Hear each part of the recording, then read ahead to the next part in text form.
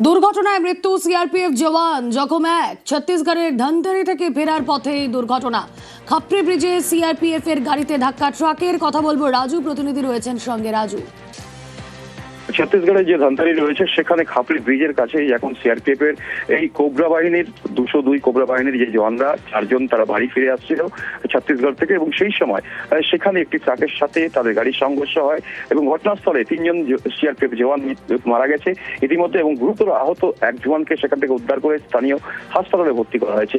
যেটা সিআরপিএফ সূত্রে জানা যাচ্ছে যে ছত্তিশগড়ে এই জায়গায় বেশ কয়েকদিন ধরেই মাওবাদীর যে ডেরাগুলি রয়েছে সেখানেই সেই সমস্ত ঘাঁটিতে তারা যৌথ বাহিনীর তরফ থেকে এই সিআরপিএফ কোবরা বাহিনীকে সঙ্গে নিয়ে সেই সমস্ত জায়গায় তারা হানা দিচ্ছিলেন, এবং সেখানে এই কোবরা বাহিনী ছিল, এবং সেই কোবরা বাহিনীর যে জওয়ানরা, সেই জওয়ানদের মধ্যে 4 জন জওয়ান ছুটিতে বাড়ি আসে।